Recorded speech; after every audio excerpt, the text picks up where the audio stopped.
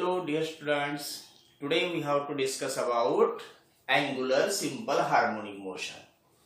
तो angular simple harmonic motion हम comparatively पढ़ेंगे, जैसे कि already we have learned about linear simple harmonic motion. तो comparatively पढ़ने से आपको समझने में इजी जाएगा. angular simple harmonic motion दोनों का कंपैरिजन करके हम पढ़ने वाले हैं कि एंगुलर सिंपल हार्मोनिक मोशन क्या होती है. जब आप सिंपल पेंडुलम को यहां पे डिस्प्लेस करेंगे और उसका एंगुलर डिस्प्लेसमेंट अगर 10 डिग्री या 10 डिग्री से लेस है तो ये सिंपल पेंडुलम की motion linear simple harmonic motion हो जाएगी अलोंग अ स्ट्रेट लाइन. जब आप बार मैग्नेट लेंगे उसको मैग्नेटिक फील्ड में ऑसिलेट करेंगे तो उसका ऑसिलेशन हो जाएगा एंगुलर सिंपल हार्मोनिक मोशन. या एंगुलर डिस्प्लेसमेंट अगर ग्रेटर है तो वो लीनियर एसएचएम नहीं रहेगी, वो एंगुलर सिंपल हार्मोनिक मोशन हो जाएगी. तो यहां पे लीनियर सिंपल हार्मोनिक मोशन में हमने पढ़ा है, जैसे कि एंगुलर सिंपल हार्मोनिक मोशन मैंने अभी प्रीवियस लेक्चर में मेंशन की थी. मोशन ऑफ जो फिजिकल पेंडुलम था उसके मोशन में ये कंसेप्ट आई थी. तो लीनियर सिंपल हार्मोनिक मोशन में फर्स्ट पॉइंट ऐसा है कि फोर्स और acceleration is directly proportional to the displacement and both are opposite in a direction. तो एंगुलर सिंपल हार्मोनिक मोशन में देखो ये लीनियर है, ये एंगुलर है, तो फोर्स की जगह पे यहां पे आएगा टॉर्क और एंगुलर एक्सेलरेशन, लीनियर एक्सेलरेशन की जगह पे angular acceleration is directly proportional to, यहां पे लीनियर डिस्प्लेसमेंट है, यहां पे एंगुलर डिस्प्लेसमेंट होगा and both are opposite in direction. Therefore इसको अगर आपको डिफाइन करना है तो कैसे करेंगे कि angular simple harmonic motion is a periodic motion in which torque or angular acceleration is directly proportional to the angular displacement and both are opposite in direction. Therefore, जैसे हम यहाँ पे F is equals to minus kx लिखते हैं, वैसे यहाँ पे torque is equals to minus c into theta. यहाँ पे linear simple harmonic motion में k is called as restoring force constant, जिसको आप स्प्रिंग कांस्टेंट भी बोलते हैं, एंड यहां पे जो C है this is called as restoring torque constant. Now second one, यहां पे हमने डिफरेंशियल इक्वेशन ऑब्टेन किया था d2x upon dt square plus k by m into x equals to 0 और इसको हमने लिखा था d2x upon dt square plus omega square x equals to 0. यहां पे ओमेगा स्क्वायर जो है instead of k by m आया था, therefore omega equals to root of k by m मिला था. बाद में यहां पे देखो एंगुलर सिंपल हार्मोनिक मोशन में सेकेंड पॉइंट क्या आएगा, डिफरेंशियल इक्वेशन जो होता है एंगुलर सिंपल हार्मोनिक मोशन का, यहां से हम ऑब्टेन कर सकते हैं d2 theta upon dt square plus k and इधर है c, therefore c by rotational motion में हमने पढ़ा है मास से एनालॉगस होता है moment of inertia, c by i into theta equals to 0. मतलब लीनियर डिस्प्लेसमेंट की जगह पे एंगुलर डिस्प्लेसमेंट आया, रिस्टोरिंग फोर्स कांस्टेंट की जगह पे रिस्टोरिंग टॉर्क यूज किया, मास की जगह पे मोमेंट ऑफ इनर्शिया, फिर linear displacement angular displacement. Now यहां पे इसको आप सेकेंड टर्म में ऐसे लिख सकते हैं d2 theta upon dt square plus omega square theta equals to 0. यहां पे जो ओमेगा स्क्वायर है this is equals to c by i, means omega equals to root of c by i. यहां से हमने पीरियोडिक टाइम ऑब्टेन किया था जो कि हमने स्प्रिंग पेंडुलम में यूज किया था, यहाँ का भी पीरियोडिक टाइम आप ऑब्टेन कर सकते हैं। फिर से मैं यहाँ पे दो पार्ट्स करता हूं, ये लीनियर सिंपल हार्मोनिक मोशन के लिए है, तो ये सेकेंड कॉलम जो है एंगुलर सिंपल हार्मोनिक मोशन के लिए है। तो पीरियोडिक टाइम का formula linear simple harmonic motion में 2 pi by omega, that means T equals to, we can write omega is nothing but the root of k by m, therefore we can write m by k। तो ये periodic time का formula हुआ। therefore frequency is equals to 1 by 2 pi, reciprocal of periodic time होता है root of k by m। ये frequency का formula linear SHM में। Angular SHM में सिमिलर है, 2 pi by omega, therefore t equals to 2 pi by omega, omega की value है root of c by I, therefore periodic time is equals to 2 pi root of I by c. और अगर आपको frequency obtain करनी है तो frequency equals to 1 by 2 pi root of c by I. ये formula use करके हम angular SHM की फ्रीक्वेंसी फाइंड आउट कर सकते हैं। तो ये लीनियर एसएचएम है एंड एंगुलर एसएचएम है। तो इसको मैंने डिफाइन भी किया था, फिर से एक बार बताता हूं कि angular simple harmonic motion is a periodic motion in which restoring torque और angular acceleration is directly proportional to the displacement and both are opposite in direction। तो यहां से हमें कुछ डिफरेंट टाइप्स के ऑसिलेशंस पढ़ना है, वो हम इसके बाद अभी डिस्कस करेंगे।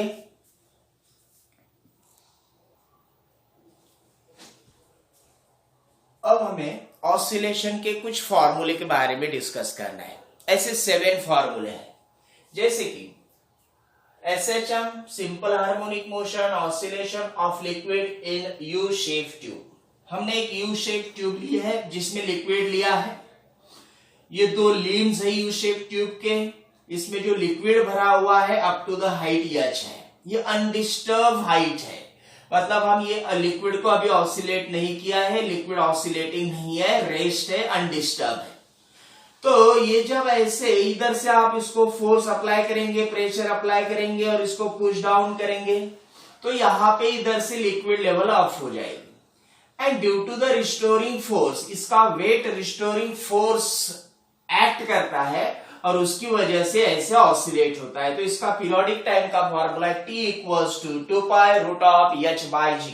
h क्या है, तो ये लिम्स में जो हाइट है, अनडिस्टर्ब हाइट है लिक्विड की, ये h है, और ये जो h है यहां तक हम मेजर कर रहे हैं, मतलब यहां पे अगर आप लिक्विड की टोटल लेंथ लेंगे तो ट्वाइस ऑफ h हो जाएगी।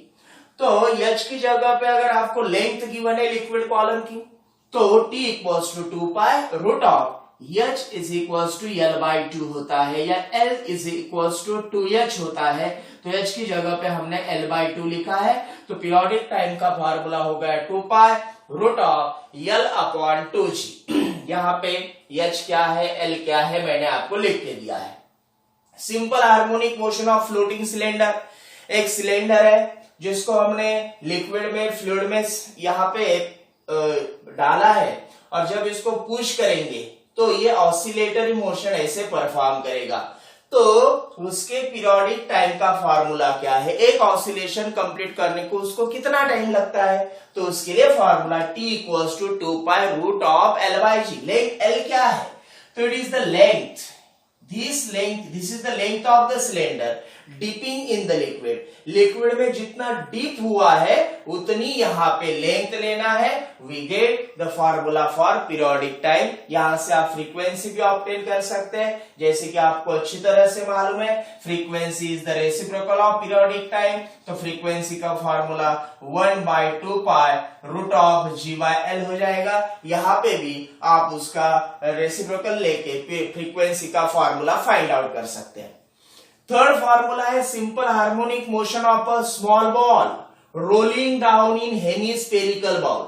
जैसे कि बॉल को आप यहां से एक्सट्रीम पोजीशन तक लाए और उसको रिलीज कर दिया तो ये रोल डाउन होगा। यहाँ पे बॉटम पे आएगा, लेकिन ये इनर्शिया की वजह से मोशन स्टॉप नहीं करेगा, एक्सट्रीम पोजीशन पे जाएगा, ऐसे ऐसे ये oscillatory motion, simple harmonic motion perform करेगा। तो इसको एक ऑसिलेशन कंप्लीट करने को कितना टाइम लगता है, उसका टाइम पीरियड क्या है? तो t इक्वल्स टू, उसका फॉर्मूला है 2 pi root of capital R minus small r by g। अब कैपिटल R क्या है? तो कैपिटल R होती है हेमीस्फेरिकल बाउल की रेडियस, एंड स्मॉल r जो है it is the radius of the ball. ये बाउल की रेडियस, ये बॉल की रेडियस। यहाँ पे ये फॉर्मूला यूज करके आप उसका पीरियोडिक टाइम या फ्रीक्वेंसी भी डिटरमाइन कर सकते हैं। बाद में हमने एक पिस्टन लिया है और ये पिस्टन का मास यहाँ पे m है, इसका एरिया ऑफ क्रॉस सेक्शन यहाँ पे A दिया है आपको, एंड ये जो सिलेंडर है इसमें हमने गैस लिया है जिसकी हाइट यहाँ पे h है, एंड ये जो गैस है सिलेंडर में इसका प्रेशर P है। तो इसका जब आप यहाँ पे पिस्टन को डाउनवर्ड डायरेक्शन में पुश करेंगे तो प्रेशर की वजह से ये ऑसिलेटरी मोशन परफॉर्म करेगा, और उसका पीरियोडिक टाइम का formula t equals to 2 pi root of mh upon p into A. m क्या है? तो मास ऑफ द पिस्टन है, a क्या है? तो इसका area of cross section piston का बोलो, या यहाँ पे सिलेंडर का एरिया ऑफ क्रॉस सेक्शन बोलो।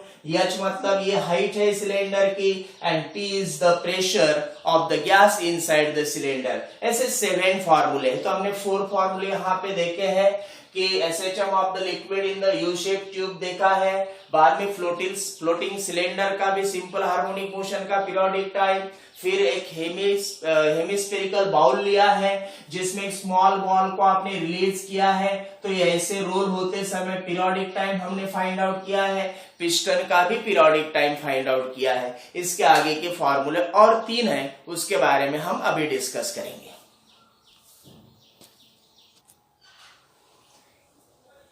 Now number 5, simple harmonic motion of a body in a tunnel dug along any chord of the earth।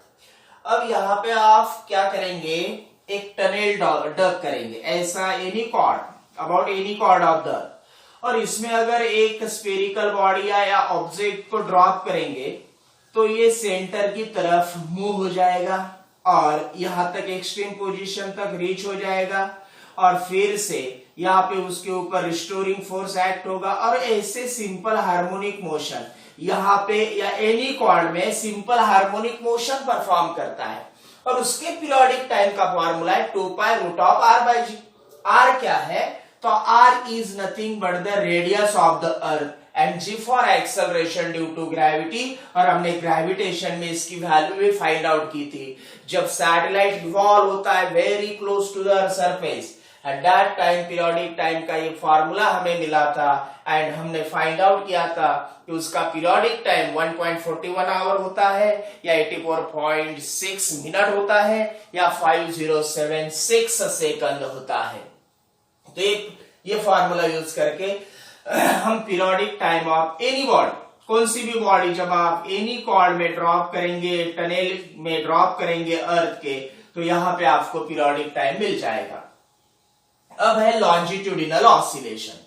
हमने एक वायर ली है, वायर की लेंथ यहाँ पे कैपिटल L गिवन है, इसको हमने फोर्स अप्लाई किया, इलॉन्गेट किया है, इसका इलॉन्गेशन किया है जिसको हम स्मॉल l बोलते हैं, या आप L बोलेंगे तो इसको डेल्टा L भी बोल सकते हैं। तो हमने उसको पुल किया, इलॉन्गेशन किया, और इलॉन्गेशन स्मॉल l है, ओरिजिनल लेंथ कैपिटल L है। तो जब इलॉन्गेट करेंगे तो इसमें एक इलास्टिक फोर्स एक्ट होगा, और वो इलास्टिक फोर्स का फॉर्मूला होता है F is equals to y small l upon capital L। जैसे कि एंस मॉडुलस का फॉर्मूला आपको मालूम है, F L अपॉन क्या होता है A into small l, therefore F equals to y small l upon capital L।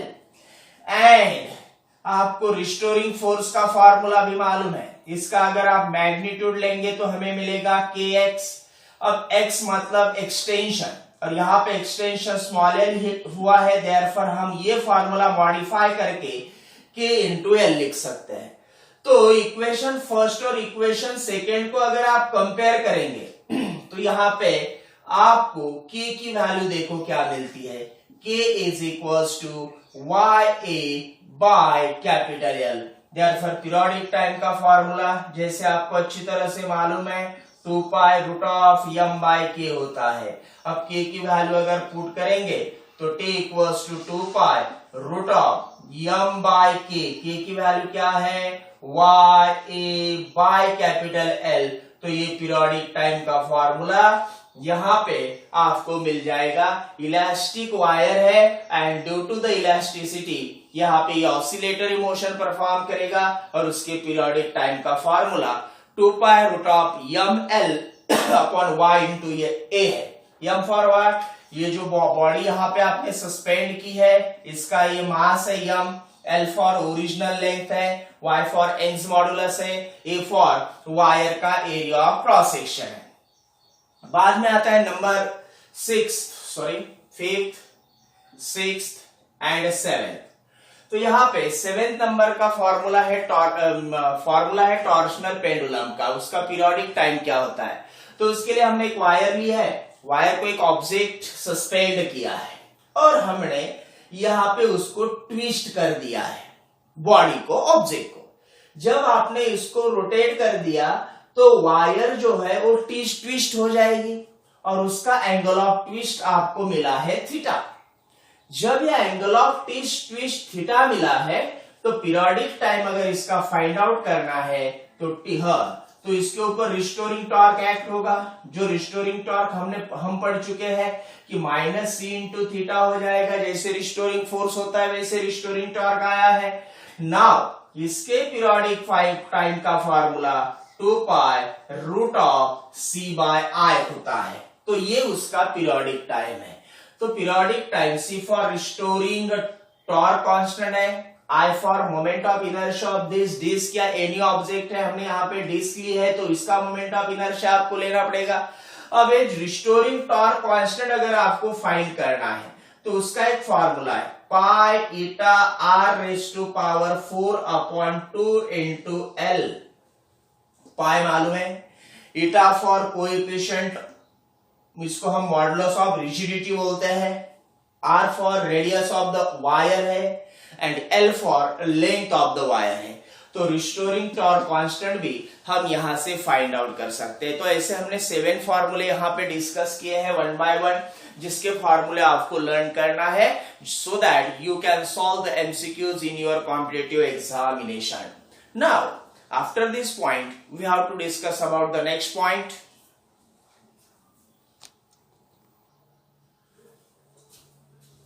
अब हम वाइब्रेशन और ऑसिलेशन के कुछ टाइप्स बढ़ने वाले हैं, जिसमें नंबर फर्स्ट टाइप होता है वाइब्रेशन का या ऑसिलेशन का, जिसको हम बोलते हैं फ्री वाइब्रेशन। क्या होता है फ्री वाइब्रेशन? जैसे कि आपने सिंपल पेंडुलम लिया, मीन पोजीशन से डिस्प्लेस किया, एक्सट्रीम पोजीशन पे इसके ऊपर एक फोर्स एक्ट होगा, रिस्टोरिंग फोर्स, जिसकी वजह से ये ऑसिलेटरी मोशन परफॉर्म करेगा। तो such oscillation is called as free vibration. Therefore, what is meant by free vibration? The vibration due to the restoring force with its natural frequency. जो खुद की नेचुरल फ्रीक्वेंसी है उसकी वो फ्रीक्वेंसी से ये सिंपल पेंडुलम वाइब्रेट हो रहा है। यहाँ पे कोई भी एक्सटर्नल फोर्स ऑसिलेटिंग बॉडी के ऊपर, ऑसिलेटिंग पार्टिकल के ऊपर एक्ट नहीं हो रहा है। दैट्स व्हाई ये जो वाइब्रेशंस होते हैं इसको हम फ्री वाइब्रेशन बोलते हैं। The vibration due to the internal restoring force with a natural frequency is called as free vibration. Second type होता है हमारा that is the force vibration. क्या होता है ये फोर्स वाइब्रेशन? फोर्स वाइब्रेशन मतलब ऐसा वाइब्रेशन, जैसे कि मैं इसका एक एग्जांपल आपको पहले बताता हूं फिर इसको हम एक्सप्लेन करेंगे।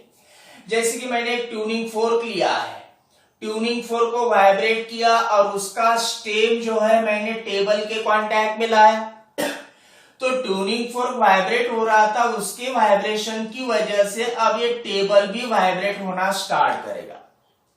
The vibrations of the tables are due to the tuning fork. तो ट्यूनिंग फोर्क इसके ऊपर एक फोर्स अप्लाई कर रहा है टेबल के ऊपर, जिसको हम बोलते हैं ड्रिवन फोर्स या एक्सटर्नल फोर्स। यहाँ पे इंटरनल फोर्स एक्ट हो रहा था, यहाँ पे एक्सटर्नल फोर्स अप्लाई हो रहा है। और ये जो टेबल है ये खुद की नेचुरल फ्रीक्वेंसी से नहीं वाइब्रेट हो रहा है, जो फ्रीक्वेंसी, जो ड्रिवन फ्रीक्वेंसी यहाँ पे ट्यूनिंग फोर्क अप्लाई कर रहा है, वो फ्रीक्वेंसी से ये टेबल वाइब्रेट हो रहा है। तो ऐसे वाइब्रेशन को, टेबल के वाइब्रेशन को हम बोलेंगे force vibration. Therefore, what is meant by force vibration? The vibration of a body due to the externally applied force other than its natural frequency. ये जो टेबल है, टेबल की फ्रीक्वेंसी कैपिटल एन है, और हमने जो ट्यूनिंग फोर्क की frequency apply की है फॉर एग्जांपल स्मॉल एन है, तो स्मॉल एन ड्रिवन फ्रीक्वेंसी हो गई और कैपिटल एन टेबल की नेचुरल फ्रीक्वेंसी हो गई। अब दोनों भी सेम नहीं है, तो यहाँ पे टेबल खुद की नेचुरल फ्रीक्वेंसी से नहीं वाइब्रेट हो रहा है, तो अप्लाइड फ्रीक्वेंसी से, ड्रिवन फ्रीक्वेंसी से वाइब्रेट हो रहा है। एक्सटर्नल फोर्स अप्लाई किया, इसकी वजह से वाइब्रेट हो रहा है। तो such vibration of the table are called as forced vibration. ऐसे वाइब्रेशन को हम फोर्स्ड वाइब्रेशन बोलते हैं। और फोर्स्ड वाइब्रेशन की स्पेशल केस जो हमें वेव्स में डिटेल में पढ़ना है, जिसको हम बोलते हैं रेजोनेंस। क्या होता है ये रेजोनेंस? जब ये ड्रिवन फ्रीक्वेंसी नेचुरल फ्रीक्वेंसी के इक्वल हो जाएगी, when driven frequency become equals to the natural frequency of the body, at that time body start the vibration with maximum amplitude. उसका एम्पलीट्यूड इंक्रीज होगा, मैक्सिमम होगा, और maximum amplitude से ये table vibrate होना स्टार्ट करेगा। जो बॉडी है वो मैक्सिमम एम्पलीट्यूड से वाइब्रेट होगी, और intensity of the sound is directly proportional to the square of amplitude. जितना एम्पलीट्यूड इंक्रीज होगा उतनी साउंड की इंटेंसिटी, लाउडनेस इंक्रीज होगा, एंड देयरफॉर यहाँ पे एक लाउड साउंड प्रोड्यूस होगा, and that is called as resonance. अब रेजोनेंस कहां पे ऑकर होता है? जैसे कि आप पेन की कैप लेते हैं और उसमें अगर एयर ब्लोन करेंगे तो हम उसके ऊपर ड्रिवन फ्रीक्वेंसी अप्लाई कर रहे हैं। एयर कॉलम की खुद की एक नेचुरल फ्रीक्वेंसी है, अगर ड्रिवन फ्रीक्वेंसी नेचुरल फ्रीक्वेंसी के इक्वल हो गई तो ये साउंड कैप में प्रोड्यूस हो जाता है। जैसे कि हम रेगुलरली ये बजा सकते हैं, विसल बजा सकते हैं जिसमें एयर ब्लोन करेंगे, और अप्लाइड फ्रीक्वेंसी नेचुरल फ्रीक्वेंसी के इक्वल हो गई तो रेजोनेंस प्रोड्यूस होगा, लाउड साउंड प्रोड्यूस होगा। ये फोर्स वाइब्रेशन का स्पेशल केस है। और एक एग्जांपल है, जैसे कि हम स्ट्रिंग इंस्ट्रूमेंट में देखते हैं, स्ट्रिंग को जब आप वाइब्रेट करेंगे, जैसे कि वीणा यूज करेंगे हम, और वीणा में जब हम स्ट्रिंग को वाइब्रेट करेंगे तो उसके नीचे एक एयर कॉलम होता है, और अप्लाइड फ्रीक्वेंसी स्ट्रिंग की जब वो जो बॉक्स है, wooden box, hollow wooden box, उसमें जो एयर कॉलम है उसके नेचुरल फ्रीक्वेंसी के अगर इक्वल हो गई तो वहां पे हमें साउंड सुनाई देता है। फ्लूट में भी वैसे होता है, विसल में भी वैसे होता है। तो रेजोनेंस ऑकर करना मतलब अप्लाइड फ्रीक्वेंसी को नेचुरल फ्रीक्वेंसी के बराबर करना है।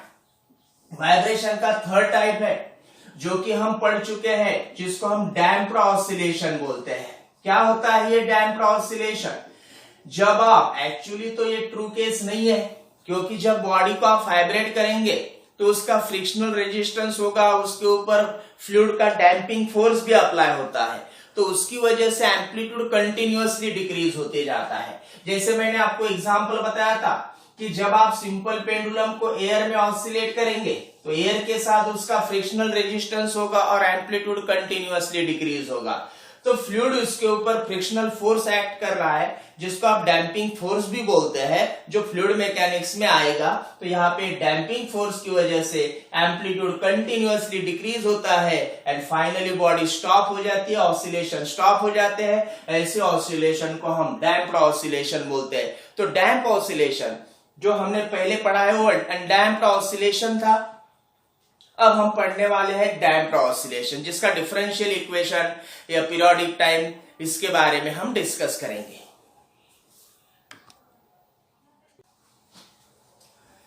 अब हमें पढ़ना है differential equation of damped oscillation. तो differential equation of damped oscillation.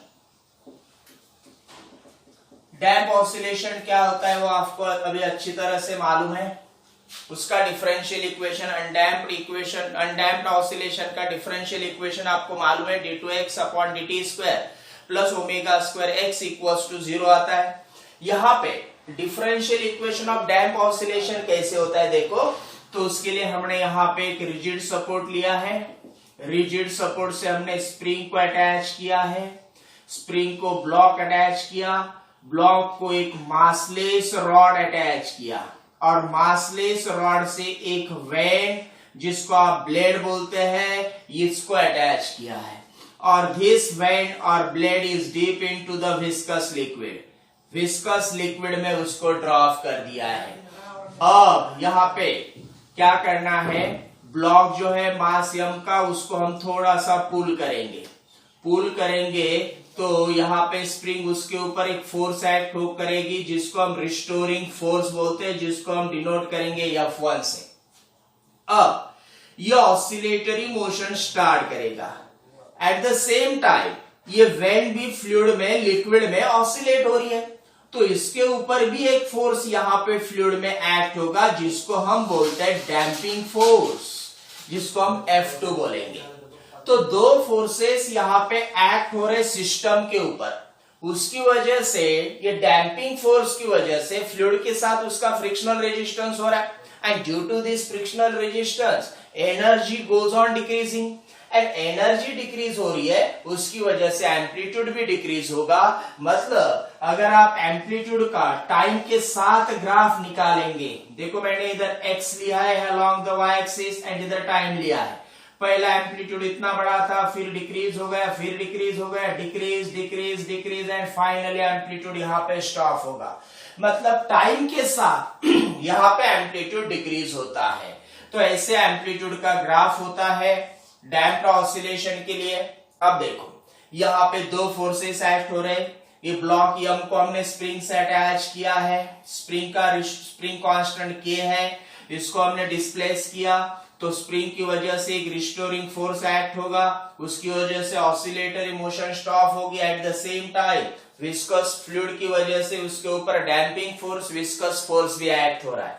Now the restoring force acting on the block is, and that restoring force F1 is equals to minus kx. This restoring force is directly proportional to the displacement होता है and both are opposite in direction होता है. Now the damping force or viscous force acting on the man, acting on the system बोलेंगे हम यहाँ पे is, और वो फोर्स को हमने F2 कहा है, that is directly proportional to the velocity and both are opposite in a direction. ये फ्लूइड मैकेनिक्स में पढ़ेंगे हम कि जितनी ज्यादा ये वेन की वेलोसिटी होगी उतना ज्यादा विस्कस फोर्स यहाँ पे एक्ट होता है। जैसे कि हम वाटर में जब रन करते हैं तो रन करते समय जितनी वेलोसिटी हम इंक्रीज करेंगे उतना विस्कस फोर्स हमारे ऊपर एक्ट होता है। एयर भी फ्लूइड है तो जब हम एयर में साइकिल चलाते, मोटरसाइकिल चलाते, कार चलाते, at that time when we increase our speed at that time viscous force also goes on increasing. तो बोथ आर मतलब force is directly proportional to the displacement and both are opposite in direction. तो ये जो F2 है it is equals to minus BV, ये damping constant है। B is nothing but the damping constant. तो यहां पे टोटल फोर्स कितना एक्ट हो रहा है, total force acting on the system, total force acting on the system is F is equals to, formula क्या है, F1 प्लस F2, दो फोर्सेस एक्ट हो रहे हैं। हम F1 एंड F2 की वैल्यू पुट करेंगे, सब्स्टिट्यूट करेंगे तो we get f is equal to f1 है माइनस के एक्स, f2 है that is the minus plus किस में कन्वर्ट हो जाएगा, माइनस में, minus b into V. Therefore, force is nothing but the mass into acceleration. Now here मैं दोनों की पोजीशन चेंज करता हूं, यहां पे लिखेंगे हम minus B we minus K x. अब देखो बेटो m को ट्रांसफर करो तो इधर बाकी रह गया acceleration, acceleration is equal to minus B V by M minus K X by M. अब हमें मालूम है एक्सेलरेशन जो होता है it is nothing but the double derivative of the displacement with respect to time, d2x upon dt square. Therefore, now put the value d2x upon dt square is equals to minus b by m into v minus k by m into x is equals to 0. This is the differential equation of damped oscillation. अब यहाँ पे आप velocity को modify करके भी लिख सकते हैं, जैसे कि d2x अपॉन dt स्क्वायर यहां पे आएगा is equals to minus b by m into v dx by dt, इधर minus k by m into x equals to 0। अब इसको ट्रांसफर करेंगे तो हमारे अनडैम्प्ड ऑसिलेशन का जो डिफरेंशियल इक्वेशन था, सिमिलर इक्वेशन यहां पे होगा d2x upon dt square minus इधर आया plus b by m into dx by dt plus k by m into x is equals to 0। ये हो गया differential equation of damped oscillation. अब यहाँ पे इसको आप ऐसे भी कर सकते हैं, अगर आप m को ट्रांसफर नहीं करेंगे तो नेक्स्ट मतलब यहाँ पे अनदर फॉर्मूला आपको मिलेगा, जैसे यहाँ पे मैंने m को ऑलरेडी ट्रांसफर किया था, अगर नहीं करते तो क्या हो जाता, m d2x upon dt square equals to यहाँ पे ऑलरेडी क्या है minus b by m, phi को एज इट इज रखो या d2x बाय dt लिखो, minus k by m into x, इसको ट्रांसफर करेंगे तो दूसरा डिफरेंशियल इक्वेशन होगा m d2x upon dt square plus b by m into v plus k by m into x is equals to 0। तो ऐसा differential equation another form में यहाँ पे हमने देखा है। तो ये differential equation of damped oscillation है। डैम्प्ड ऑसिलेशन की कुछ और रिलेटेड क्वांटिटीज है जिसको हमें नेक्स्ट लेक्चर में डिस्कस करना है। Thank you.